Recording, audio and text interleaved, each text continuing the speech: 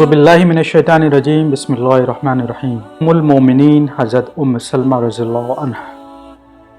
हज़रत उम्म सलमा रज़ियल्लाहु गैर मामूली शर्फ़ व फ़ज़ीलत की हामिल खातून थी। उनके वालिद का शुमार कबीला बनी मखज़ूम के मशहूर और अहम सरदारों में होता था। वो अपनी सखावत व फ़य्याज़ी की वजह से ज़ादुर राकिब के लक़ब से मशहूर थे, क्योंकि उनके इलाक़े का क़सद करने वाले काफ़िले और उनकी मैयत में सफ़र करने वाले मुसाफिर कभी अपने साथ ज़्यादा राह लेकर चलने की ज़रूरत नहीं महसूस करते थे, जो बिल्कुल आगाज़ दावत के ज़माने में दायरा इस्लाम में दाखिल हुए। इससे पहले सिर्फ़ हज़रत अबू बकर सिद्दीक़ रज़ियल्लाहु अन्हु और उन चंद लोगों ने इस्लाम कबूल किया था जिनकी तादाद दोनों हाथों की उंगलियों से भी कम थी। इनका नाम हिंद बिन्त अबी उमैया था, लेकिन उनकी कुन्नियत उम्म सलमा उसके नाम से ज़्यादा मशहूर थी। वो अपने शौहर हज़रत अबू सलमा रज़ियल्लाहु के साथ ही इस्लाम लाईं। वो दायरा इस्लाम में दाखिल होने वाली दूसरी खातून थी। ये शर्फ़ इससे पहले हज़रत खदीजा रज़ियल्लाहु को हासिल था। जैसे ही उनके और उनके शौहर के मुसलमान होने की खबर कुरैश को मिली, वो गुस्से से आग बगोला हो गए। उनके अंदर एक हिज़ान बर्पा हो गया और उन्होंने इन दोनों के ऐसी अज़ियतनाक और इबरत अंगेज़ सज़ाएँ देने का सिलसिला शुरू कर दिया जो मजबूत चट्टानों को हिला देने के लिए काफ़ी थी। लेकिन इन्होंने इन सज़ाओं के सामने न तो किसी कमज़ोरी का इजहार किया, न हिम्मत हारी, न किसी किस्म की तरद्दुद में मुब्तला हुए। जब अज़ियत रसानी का यह सिलसिला सख्त से सख्त तर होता चला गया और रसूलुल्लाह सल्लल्लाहु अलैहि वसल्लम ने सहाबा को हबशा की तरफ हिजरत कर जाने की इजाज़त दे दी, तो ये दोनों हिजरत करने वाले काफ़िला मुहाजिरीन में पेश पेश थे। हज़रत उम्म सलमा रज़ियल्लाहु और उनके शौहर अजनबी दयार और अनजाने इलाक़े की तरफ चल पड़े और अपने पीछे मक्के में अपनी आलीशान मकान, अपनी बुलंद मकाम और अपनी ख़ानदानी शराफत छोड़ गए। वो अपनी इस अमल के ज़रिए अल्लाह ताला से अजर व सवाब की ख़्वाहां और उसकी रज़ा व खुशनुदी के तालिब थे। अगरचे हज़रत उम्म सलमा रज़ियल्लाहु उनके शौहर को नजासी की हिमायत व सरपरस्ती में नहायत सुकून व इत्मीनान की ज़िंदगी नसीब हुई थी, मगर इसके बावजूद मक्का वापस जाने और मोहम्मद सल्लल्लाहु अलैहि वसल्लम के दीदार की आरज़ू इनके दिलों को हर वक्त मुस्तरिब और बेचैन रखती थी। और फिर जब सरज़मीन हबशा में मकीम मुहाजिरीन के पास मुसलसल इस तरह की खबरें आने लगी कि मक्का के मुसलमानों की तादाद में काफ़ी इजाफा हो गया है, हज़रत हमज़ा रज़ियल्लाहु बिन अब्दुल मुत्तलिब और हज़रत उमर बिन ख़त्ताब के मुसलमान हो जाने की वजह से मुसलमानों की ताकत काफ़ी बढ़ गई है और कुरैश की अज़ियत रसानी और उनके जुल्म व सितम का ज़ोर बड़ी हद तक टूट चुका है, तो उनमें से कुछ लोगों ने मक्का वापस लौट जाने का इरादा कर लिया। दियार हरम में पहुँचने का शौक़ और बारगाह रसालत में हाज़िरी का इश्तियाक़ उन्हें खींचे लिए जा रहा था। चुनांचे वापसी के इस सफ़र में भी हज़रत उम्म सलमा रज़ियल्लाहु और उनके शौहर सबसे आगे आगे थे, लेकिन वापस आने वालों पर बहुत जल्द ये बात मनकशिफ हो गई। उनके पास इस सिलसिले में जो खबरें पहुँची थी उनमें बहुत ज़्यादा मुबालगा आराई से काम लिया गया था और मुसलमानों ने हज़रत हमज़ा रज़ियल्लाहु और हज़रत उमर रज़ियल्लाहु के इस्लाम लाने के बाद जो थोड़ी सी पेशकदमी की थी, कुरैश की तरफ से उसकी शदीद मज़ामत हुई है। उसके बाद मुशरिकीन ने मुसलमानों को सताने और उनको खौफज़दा करने के लिए तरह तरह के हथकंडे इस्तेमाल किए और उनके जुल्म व सितम की चक्की पहले से ज़्यादा तेज़ी के साथ चलने लगी। इसलिए रसूलुल्लाह सल्लल्लाहु अलैहि वसल्लम ने सहाबा इकराम रज़ियल्लाहु को हिजरत करके मदीना चले जाने की इजाज़त मरहमत फरमा दी और हज़रत उम्म सलमा रज़ियल्लाहु और उनके शौहर ने कुरैश की अज़ियतों से निजात हासिल करने और अपने दीन की हिफाजत के ख्याल से जल्द अज जल्द हिजरत कर जाने का फ़ैसला कर लिया। मगर ये काम उनके लिए इतना आसान न था जितना वो गुमान करते थे। अपने इस इरादे को अमली जामा पहनाने के लिए उनको ऐसे सख्त और अलमनाक हालात से गुजरना पड़ा जिनके सामने तमाम सख्तियाँ हेंच नज़र आती हैं। हम हिजरत की ये अलमनाक दास्तान ख़ुद हज़रत उम्म सलमा रज़ियल्लाहु की ज़ुबानी बयान करते हैं, क्योंकि इस सिलसिले में उनका मुशाहिदा बहुत गहरा और उनकी तस्वीर कशी ज़्यादा मुकम्मल है। वो बयान करती हैं कि जब अबू सलमा रज़ियल्लाहु ने मक्का से मदीना की तरफ हिजरत करने की ठानी, तो उन्होंने मेरे लिए सवारी का ऊँट तैयार किया, मुझे उस पर सवार किया और मेरे बच्चे सलमा को मेरे गोद में डाला और किसी चीज़ की तरफ मुड़कर देखे बगैर ऊँट की नकील पकड़कर रवाना हो गए। लेकिन क़बल उसके कि हम मक्का से बाहर निकलते, मेरे कबीला बनी मखसूम के कुछ लोगों ने हमको जाते हुए देख लिया। वो हमारा रास्ता रोक कर खड़े हो गए और अबू सलमा से कहने लगे, तुम अपने मुताल्लिक जो चाहो फैसला करो, मगर तुम्हारी बीवी से तुम्हें क्या सरोकार? ये हमारी बेटी है, हम तुमको हरगिज़ इस बात की इजाज़त नहीं दे सकते कि इसको अपने साथ लिए हुए दर दर की ठोकरें खाते फिरो। फिर वो उनके ऊपर झपट पड़े और मुझे ज़बरदस्ती उसे छीन कर अलग कर दिया। जब मेरे शौहर अबू सलमा के कबीले के लोगों ने यह देखा कि मेरे कबीले वालों ने मुझे और मेरे बच्चे को अबू सलमा से छीन लिया है, तो वो निहायत गज़बनाक हुए और कहने लगे कि खुदा की कसम, जब तुमने अपने ख़ानदान की लड़की को हमारे कबीले के आदमी से छीन लिया तो हम भी अपने बच्चे को इसके पास नहीं रहने देंगे। वो हमारे ख़ानदान का बच्चा है और हम उसके ज़्यादा हक़दार हैं। फिर मेरी आंखों के सामने ही वो मेरे बच्चे सलमा को अपनी तरफ खींचने लगी। इस खींचातानी में उसका हाथ भी उखड़ गया और वो इसको छीन कर ले गए। उस वक्त मुझे ऐसा महसूस हो रहा था कि जैसे मेरा वजूद टुकड़े टुकड़े होकर बिखर गया है और मैं अकेली रह गई हूँ। एक तरफ मेरे शौहर अपने दीन और अपनी जान की हिफाजत के लिए मदीने चले गए, दूसरी तरफ मेरे बच्चे को बनु अब्दुल असद ने जबरन मुझसे छीन लिया और मेरे कबीले बनु मखसूम ने ज़बरदस्ती मुझे अपने पास रोक लिया। इस तरह ज़रा सी देर में मुझे, मेरे शौहर और मेरे बच्चे को एक दूसरे से जुदा कर दिया गया। फिर हज़रत उम्म सलमा अपनी दास्तान का अगला हिस्सा बयान करती हैं।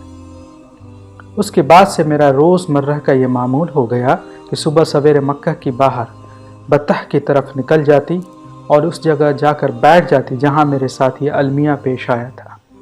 मैं इन बीती हुई घड़ियों को याद करती रहती जब मेरे शौहर और बच्चे के दरमियान जुदाई का दीवार हायल कर दी गई थी।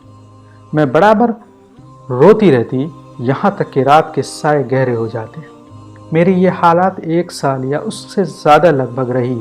आखिरकार मेरे बनी ओम से एक शख्स का गुज़र मेरी तरफ से हुआ। उसको मेरी इस हाल ज़ार पर तरस आया और उसने मेरे कबीले वालों से कहा कि तुम लोग इस गरीब को छोड़ क्यों नहीं देते? तुमने उसको इसके शौहर और बच्चे से जुदा करके इसके ऊपर बड़ा जुल्म किया है। वो बराबर उनको मेरे हक़ में हमवार करता और उनके जज्बे तरहम को महमीज़ करता रहा, हत्ता कि वो इस हद तक नरम हो गए कि उन्होंने मुझे अपने शौहर के पास चले जाने की इजाज़त दे दी। लेकिन मेरे लिए ये क्यों कर मुमकिन था कि अपने लख्त जिगर को मक्का में बनी अब्दुल असद के यहाँ छोड़कर खुद अपने शौहर के पास मदीना चली जाती? और इस सूरत में जब मैं खुद दारुल हिजरत में हूँ और मेरा कम सिन बच्चा मक्के में है, इस हाल में पड़ा हुआ, उसके मतलब मुझे कोई ख़बर न मिले, कैसे मुमकिन था कि मेरी ममता की आग ठंडी हो और मेरी आंखों से उमड़ते हुए आंसुओं का सैलाब थम सके? बाज़ लोगों ने जब मुझको इस तरह रंज व गम झेलते देखा तो उनको मेरी हालत पर रहम आया और उन्होंने बनी अब्दुल असद से बात करके उनको मेरे साथ नर्म रवैया अपनाने पर आमादा कर। चुनांचे उन्होंने मेरे बच्चे सलमा को मुझे वापस कर दिया। अब मैंने मक्के में ठहर कर मदीना जाने वाले किसी हमसफ़र की इंतज़ार में वक्त गंवाना और अपनी रवानगी में मज़ीद ताख़ीर करना मुनासिब नहीं समझा।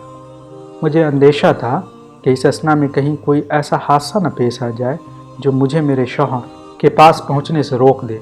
इसलिए मैंने झटपट अपनी सवारी की ऊँट तैयार किया, बच्चे को गोद में लिया और अपनी शौहर से मिलने के लिए मदीना की तरफ चल पड़ी। जब मैं तनीम के मकाम पर पहुंची तो मेरी मुलाकात उस्मान बिन तलहा से हुई। उन्होंने मुझसे पूछा, ज़ादुर राकिब की बेटी, कहाँ जा रही हूँ? अपने शौहर के पास मदीना जा रही हूँ, मैंने जवाब दिया। क्या तुम्हारे साथ कोई और नहीं है? उन्होंने दरियाफ्त किया। नहीं, खुदा ताला और मेरे इस बच्चे के सिवा मेरे साथ दूसरा कोई नहीं है, मैंने जवाब दिया। खुदा की कसम, जब तक तुम मदीना न पहुंच जाओ मैं तुम्हें तन्हा नहीं छोड़ूंगा। ये कहकर उन्होंने मेरे ऊँट की नकील थाम ली और मुझे साथ लेकर रवाना हो गए।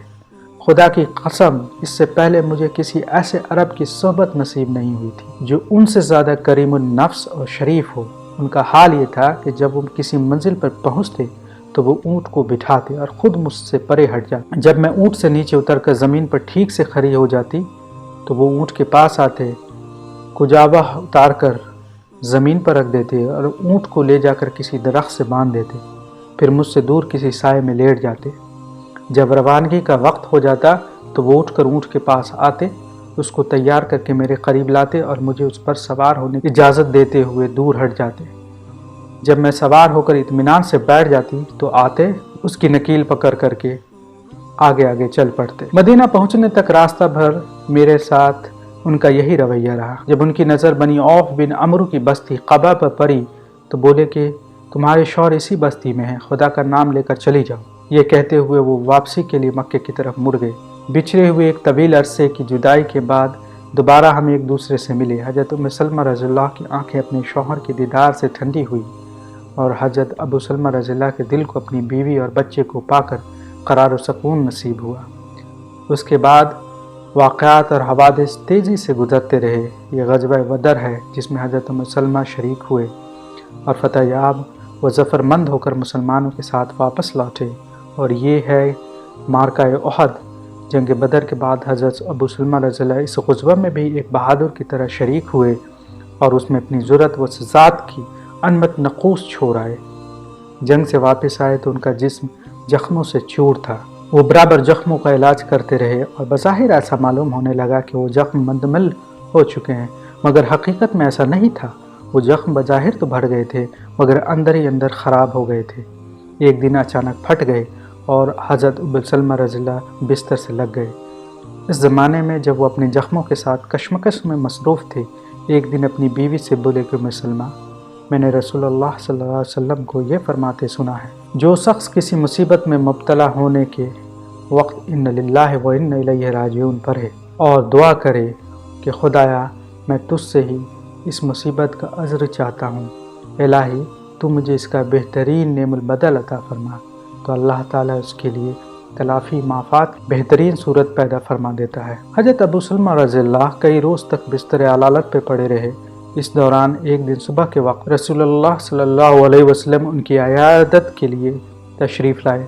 آپ صلی اللہ علیہ وسلم دروازے میں داخل ہوئے اور ابھی اچھی طرح ان کو دیکھ بھی نہیں سکے تھے کہ انہوں نے زندگی کو خیر بات کہہ دیا۔ رسول کریم صلی اللہ علیہ وسلم نے اپنے دست مبارک سے ان کی آنکھوں کو بند کیا اور آسمان کی طرف نظریں اٹھاتے ہوئے ان کے لیے دعا کی، اے اللہ ابو سلمہ کی مغفرت فرما دے، مقربین میں ان کو بلند مرتبہ عطا فرما اور ان کے پسماندگان میں ان کا قائم مقام ہو جا، رب العالمین ہماری ان کی مغفرت فرما، ان کی قبر کو کشادہ اور منور کر۔ ادھر جب حضرت ام سلمہ رضی اللہ کو وہ دعا یاد آئی جو حضرت ابو سلمہ رضی اللہ ان کو رسول اللہ صلی اللہ علیہ وسلم کے حوالے سے بتائی تھی، تو انہوں نے کہا اللہم عندک استحسب مصیبت ھذا، لیکن ان کا دن اللہم اخلفنی فیہا خیرا منہا کہنے پر آمادہ نہ ہو رہا تھا۔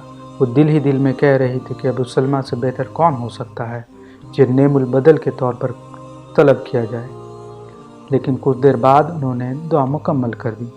حضرت ام سلمہ رضی اللہ کی اس مصیبت پر مسلمانوں نے غیر معمولی صدمہ و افسوس کا اظہار کیا۔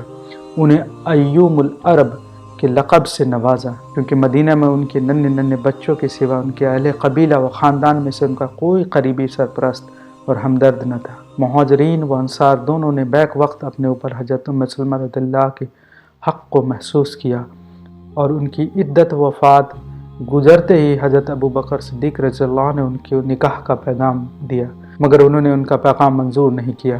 پھر حضرت عمر فاروق رضی اللہ نے ان کے ساتھ نکاح کی پیشکش کی، مگر انہوں نے حضرت عمر کے پیغام کو بھی اس طرح رد کر دیا جس طرح وہ حضرت ابو بکر رضی اللہ عنہ کے پیغام کو نامنظور کر چکی تھی۔ پھر جب خود رسول اللہ صلی اللہ علیہ وسلم نے اپنے لیے پیغام دیا تو حضرت ام سلمہ رضی اللہ نے کہا کہ اے اللہ کے رسول، میرے اندر 3 ایسی خصلتیں ہیں جو شاید آپ کو پسند نہ آئیں۔ پہلی بات یہ کہ میں انتہائی غیرت مند اور خوددار عورت ہوں۔ مجھے اندیشہ ہے میری کوئی بات آپ کی طبع مبارک کو ناگوار گزر جائے اور آپ مجھ سے ناراض ہو جائیں تو اس کی وجہ سے اللہ تعالیٰ مجھے سزا دے گا۔ دوسری بات یہ کہ میں ایک سیدھا عورت ہوں، اور تیسری یہ کہ میں بال بچوں والی عورت ہوں۔